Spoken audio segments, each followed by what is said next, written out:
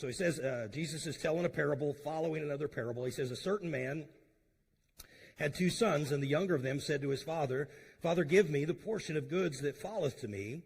And he divided unto them his living. Not many days after the younger son gathered all together and took his journey into a far country, and there wasted his substance with riotous living. And when he had spent all, there arose a mighty famine in the land, and he began to be in want.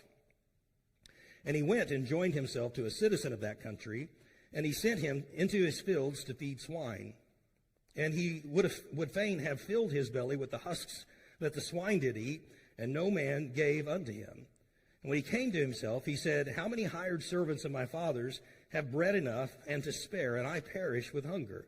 I will arise and go to my father, and I'll say unto him, Father, I have sinned against heaven and before thee. I am no more worthy to be called thy son. Make me as one of thy hired servants. And he arose and came to his father. When he was yet a great way off, his father saw him and had compassion and ran and fell on his neck and kissed him. And the son said unto him, Father, I have sinned against heaven and in thy sight, and am no more worthy to be called thy son. But the father said to his servants, Bring forth the best robe, and put it on him, and put on a ring on his hand, and shoes on his feet, and bring hither the fatted calf, and kill it, and let us eat and be merry. For this my son was dead, and is alive again. He was lost, and is found. And they began to be merry.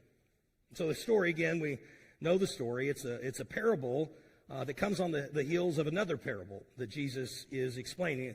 The parable prior to this is a parable about a man who has lost his sheep, but then he finds that he's filled with joy.